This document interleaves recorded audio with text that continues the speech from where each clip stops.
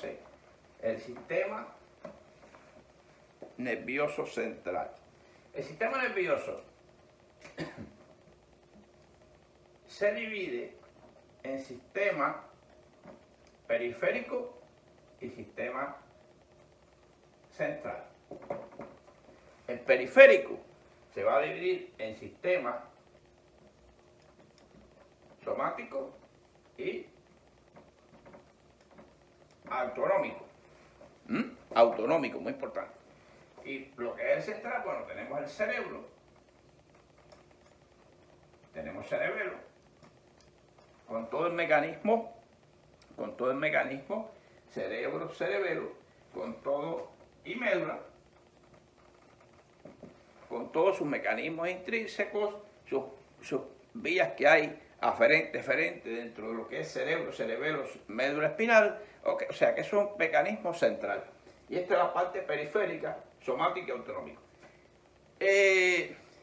Vamos entonces a quedarnos en este momento vamos a ver que el somático tiene 3 mecanismos importantes de recibir su información, que sería a través de la piel, muchos receptores que hemos estudiado ya, libre,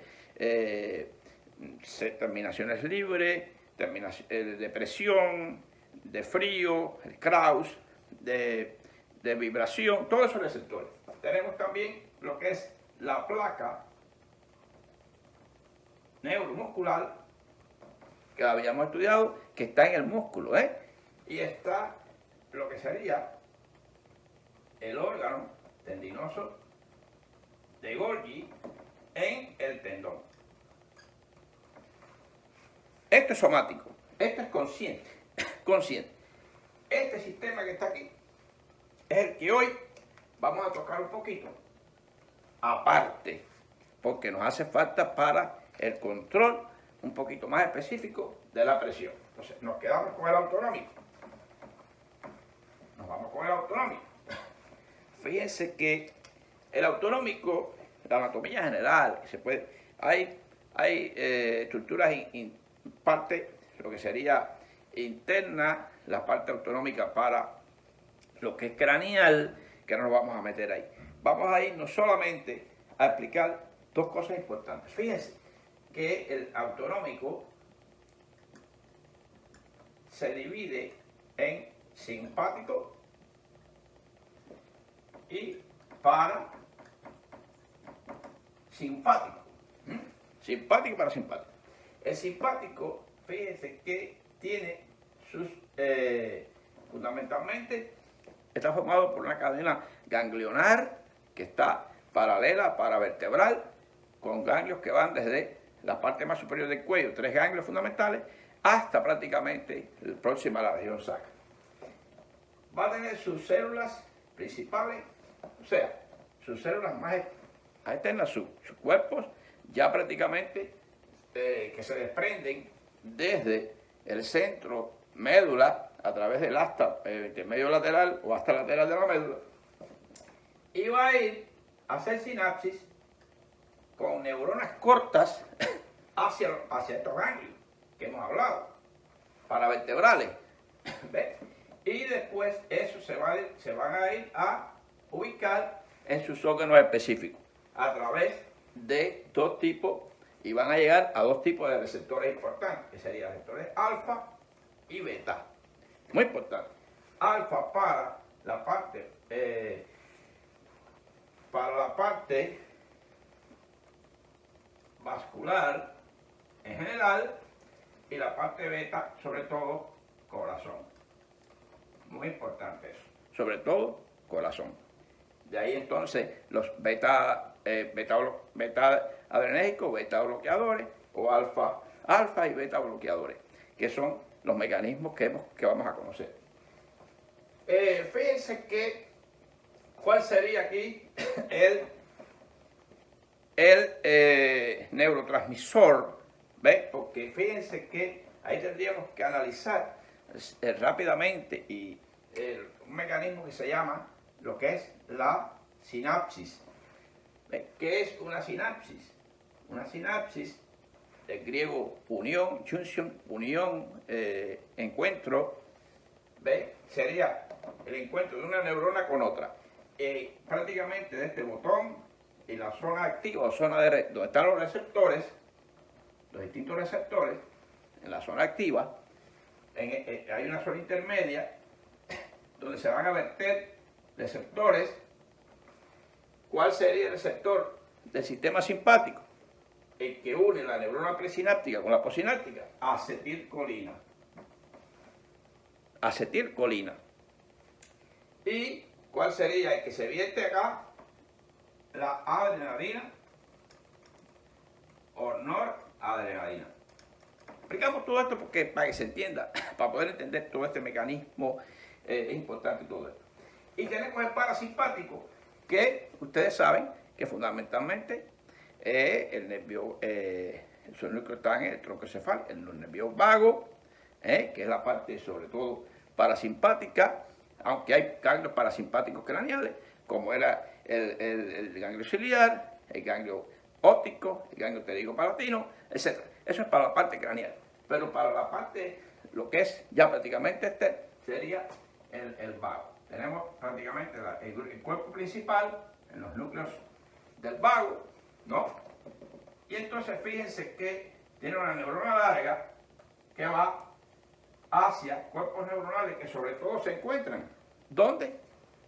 En los órganos prácticamente, en los órganos, en el esófago, en el corazón, etc. Bien, ahora vamos a ver qué es un neurotransmisor. En este caso, la misma sinapsis que se produce acá, sería el acetilcolina o receptores ACH. ¿A poco ACH? Porque así prácticamente también se le llama receptor. Acetilcolina y aquí también ACH, acetilcolina. ¿Se viene? Esto que está aquí, estos puntos, son lo que se le llama sinapsis, en lo que es el autónomo. El sistema autónomo, como el nombre lo dice, trabaja de forma autonómica, inconsciente. Trabaja con órganos internos, sin saber en realidad cómo nos damos cuenta, funciona espontáneamente, por ejemplo, secreción gástrica, secreción de saliva, etc. Vamos entonces ahora a lo que es el cuadro de la hemodinámica, que habíamos dicho ahorita. Fíjense todo esto que he tenido que presentar previo a poder explicar todo. Vamos entonces al cuadro, a este triángulo.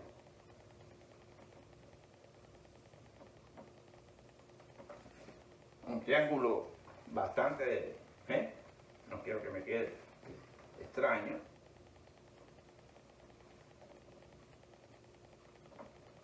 Ahí está un poquito más. Hacemos estas tres aristas porque hay tres cosas importantes que podemos estudiar para el mecanismo de control de la volemia, de la presión, para poder explicar cómo es el mecanismo receptor. Aquí arriba vamos a poner, como es lógico, el corazón. En este punto, el corazón. Aquí vamos a poner volumen. Y aquí vamos a poner resistencia periférica.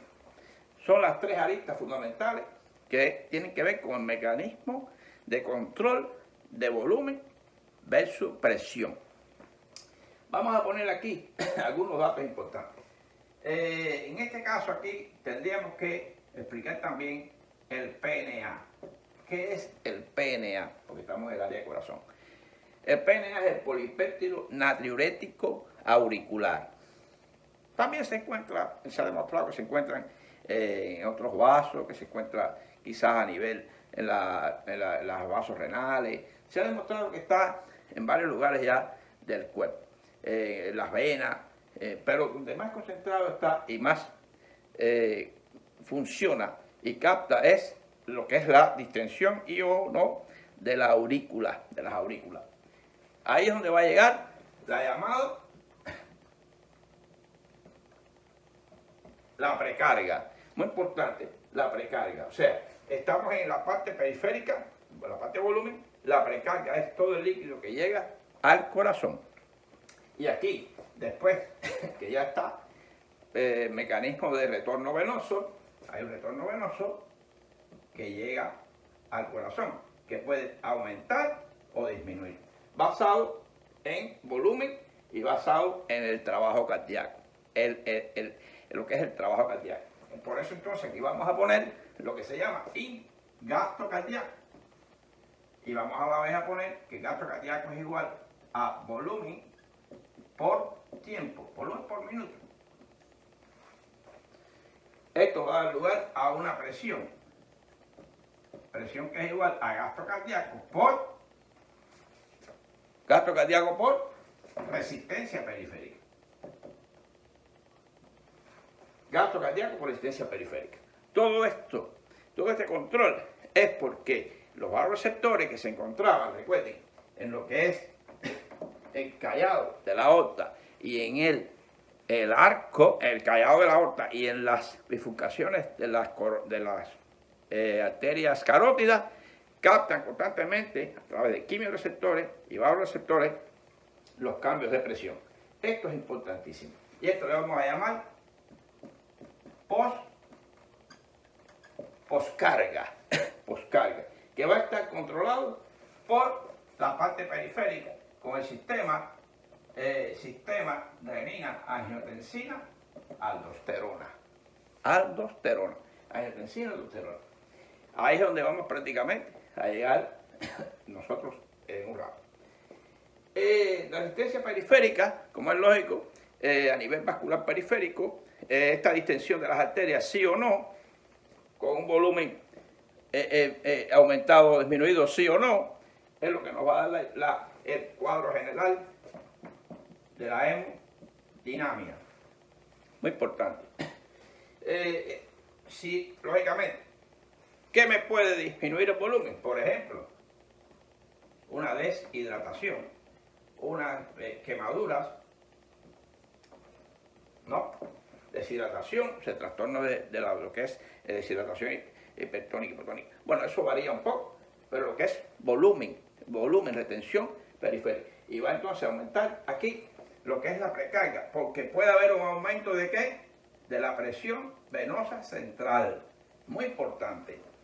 Presión venosa central me va a dar la idea de que ese volumen sea retenido, que hay un volumen retenido y no hay un retorno venoso adecuado.